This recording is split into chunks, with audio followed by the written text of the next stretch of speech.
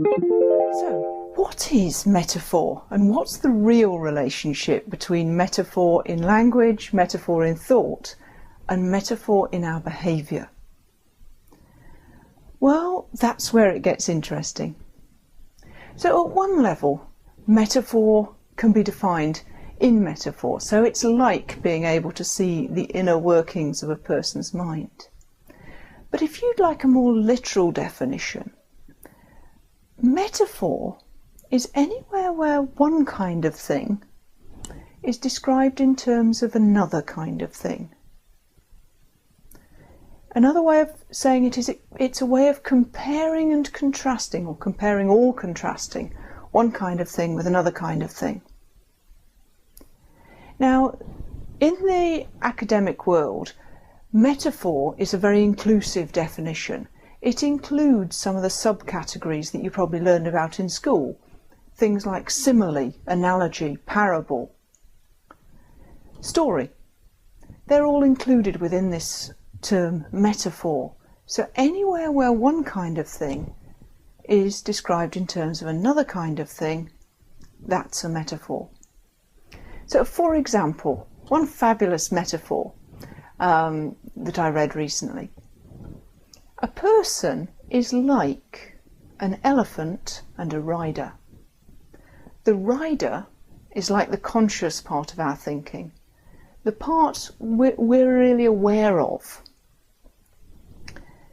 The elephant is like the rest of us, the 95% of our processing that we're not consciously aware of.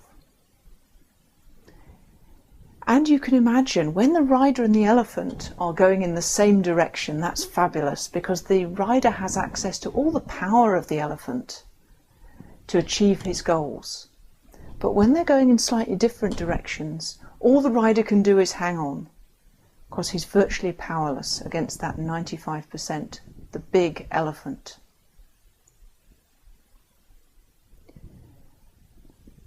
So, elephant and rider. Person. A person is being described in terms of an elephant and a rider, something different. So, what's the relationship between metaphor in thought, and in language, and in action?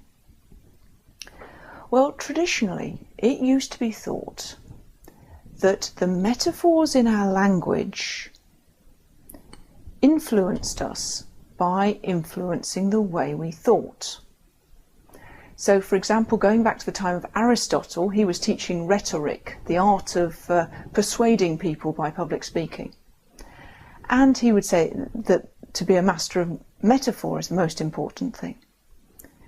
Because for him, if you could come up with the right metaphor, then you would not only explain perhaps a complex or a difficult topic, but you would also convince.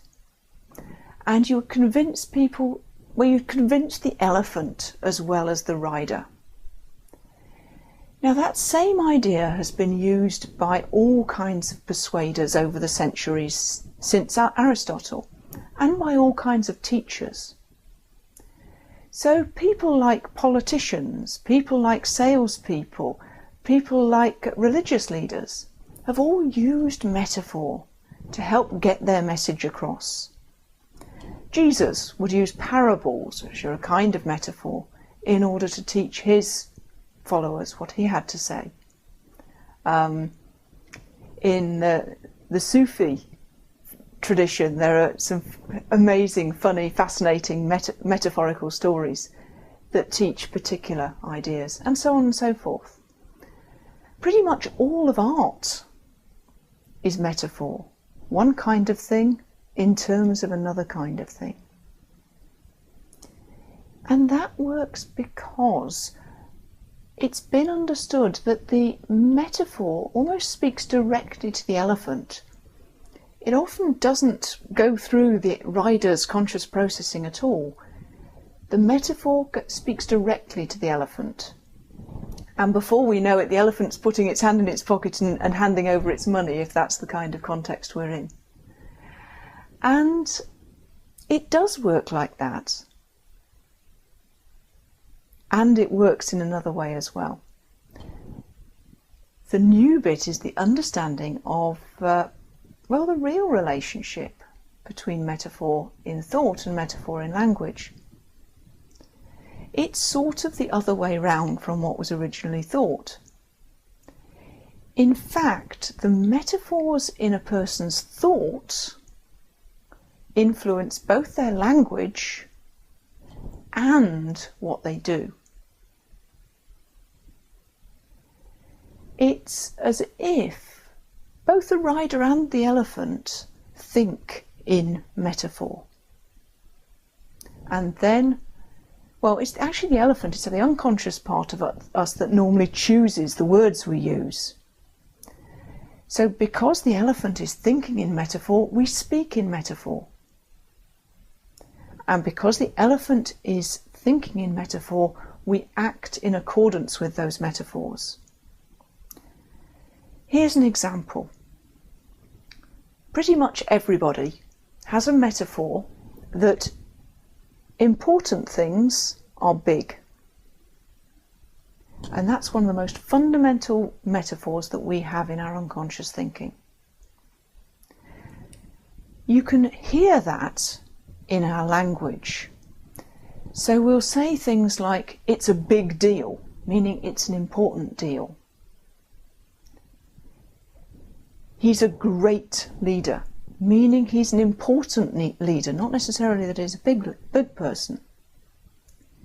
But then you get into the action part of this, and it turns out that that metaphor in our thinking, important things are big, has a really interesting impact on our action. For example, in American presidential elections, the taller candidate is much more likely to win.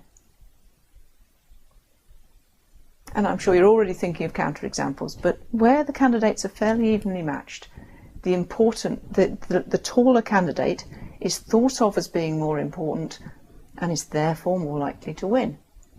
Similarly, someone's done some research into the height of chief executives of large corporations. They are significantly taller on the average than members of boards. So somewhere in our unconscious thinking, that metaphor, important things are big, is spilling over when we make our choices. Who do we want for president? Who do we want for chief executive? We think, important things are big. Therefore, the taller man must be more important, therefore more suitable for this important role. And it goes further than that. If you want someone to think that your academic research is really important, and you're doing a survey, give them a heavy clipboard, because they'll rate your research as more important than if you give them a light one. If you want them to think of you as an important academic, say, I wrote this heavy book, rather than I wrote this, give them the heavy book rather than the paperback edition, and they'll think of you as more important. And this has been backed up over and over again now by research. It's quite astonishing when you think about it, but then you realise that actually if the elephant thinks big things are important, the rider doesn't need to give it any thought at all. It's all happening outside of our conscious awareness. And you can imagine how it develops. When we're tiny babies, we don't know much. We don't know many things, many concepts. But we know that our parents are bigger than us and that they're very important in our lives. They're the people who bring us food and make us warm and change our nappy and so forth. So it's one of the most fundamental things that we learn as babies, is important things are big. Each new thing that we learn from then on, we learn in terms of what we already know. We compare it and contrast it to the things we already know. And by the time we're children, each of us has our own unique, incredible network of metaphors inside our elephants. that are constantly influencing our behaviour and which are spilling out in the language that we use. The key then is to learn how to notice those metaphors in language in order to start to grasp what's happening inside the elephant's thinking.